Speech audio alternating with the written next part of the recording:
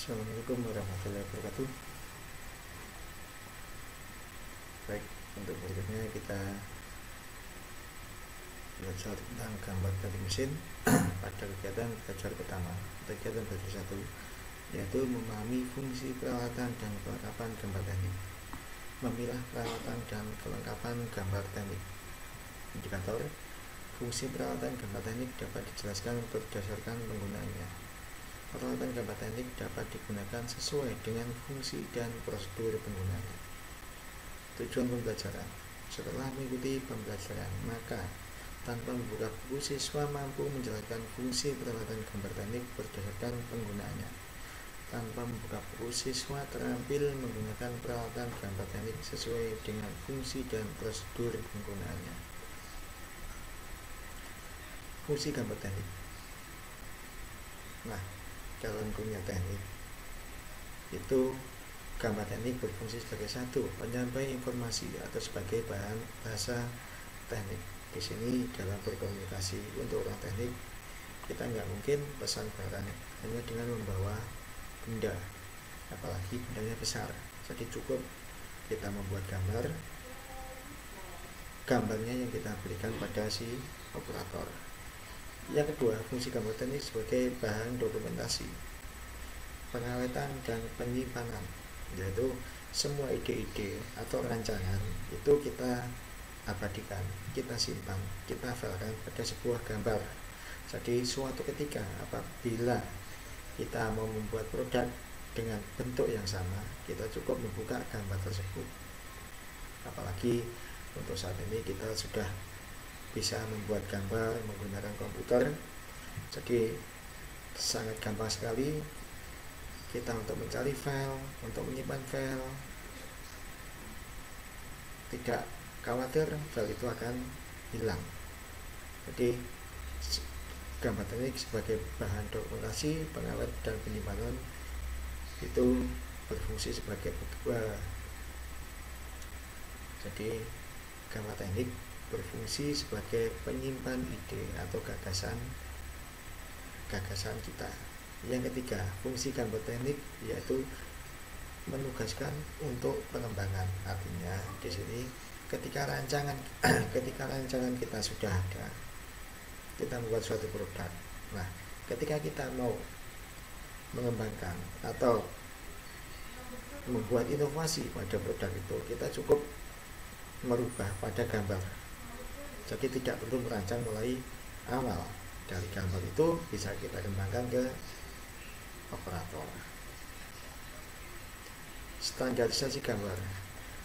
Yang dimaksud dengan standarisasi gambar adalah penyesuaian atau pembakuan cara membuat dan membaca gambar dengan berpedoman pada standar gambar yang telah ditetapkan.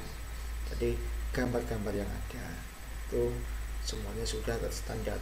Masing-masing orang tidak bisa membuat gambar semaunya sendiri. Aturannya pun juga jelas. Jadi apabila gambar itu nanti dibaca oleh orang lain akan mudah dimengerti. Baik di negara A, negara B, negara C, semuanya sama.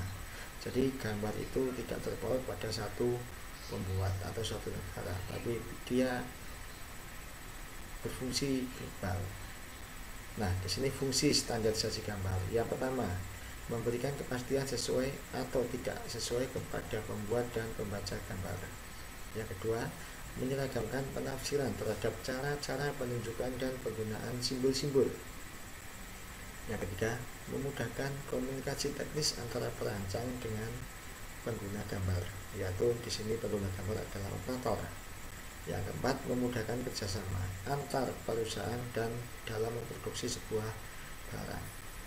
Maksudnya di sini adalah misalkan perusahaan A akan membuat suatu barang dan barang itu nggak bisa dikerjakan oleh perusahaan A keseluruhan, artinya harus disubkan ke perusahaan B, perusahaan C.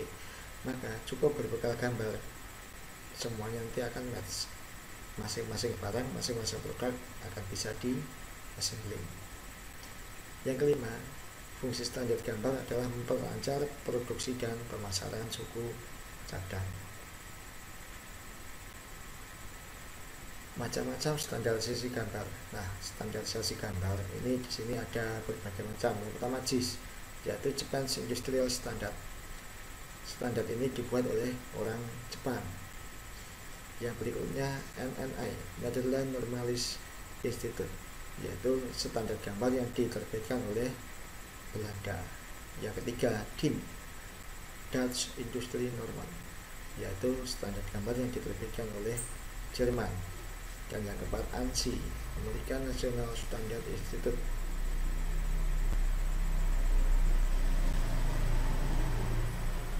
yaitu standar gambar yang diterbitkan oleh Amerika. Nah, yang kelima SNI, Standar Nasional Indonesia, standar gambar yang diterbitkan oleh negara kita, yaitu Indonesia.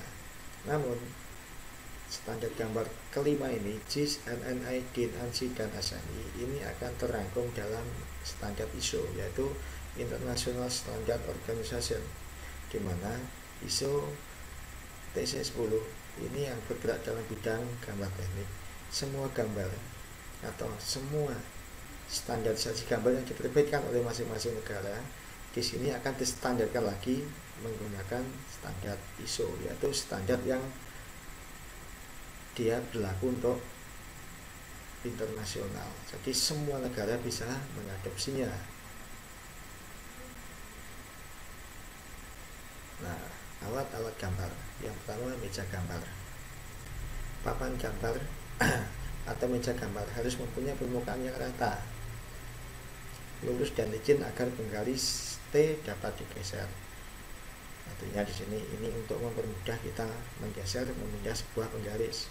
Ukuran papan gambar yang memadai untuk gambar teknik adalah panjang 1265 mm dan lebar 915 mm serta tebal 30 mm. Itu standarnya. Tapi ini juga mengacu dengan media gambarnya. Ukuran ini digunakan untuk media gambar A0. Tapi kalau kita atau kalian nanti menggambar dengan menggunakan A4 atau A3 tidak perlu seluas ini. Meja gambar juga dirancang dengan ukuran sesuai dengan ukuran kertas, seperti ukuran kertas A0 dan A1.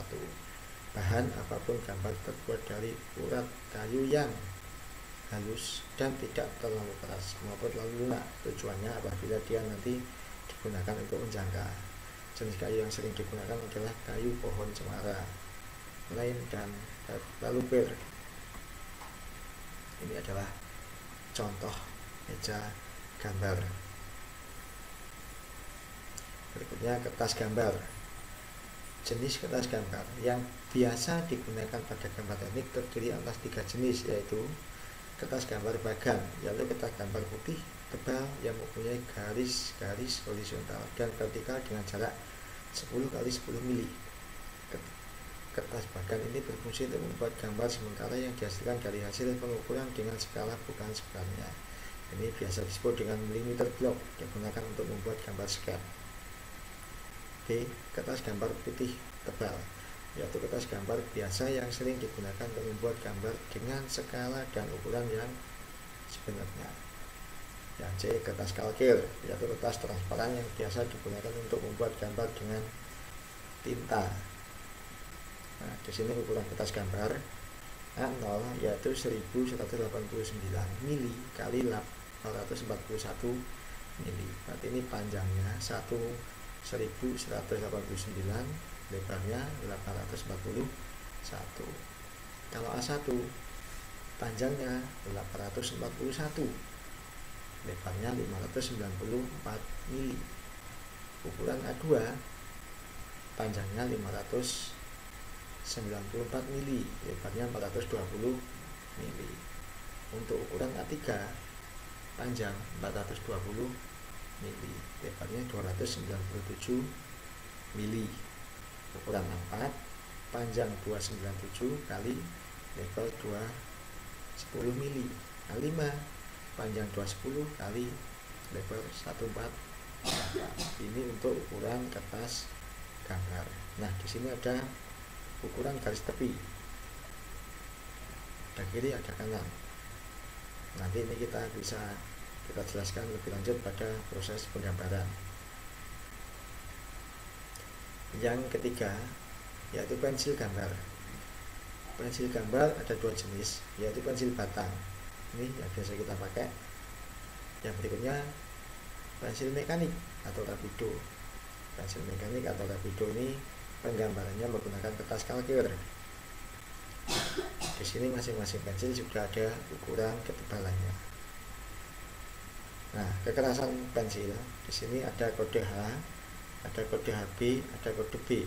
Untuk keras, pensil dengan tingkat kekerasan yang keras yaitu dengan kode H 4, 5, 6, 7, 8, 9 H. Semakin tinggi nilainya maka dia akan semakin keras. Untuk ukuran sedang dia di sini kode 3H, 2H, H, F, HB dan B. Berikutnya pensil lunak ini dengan kode B.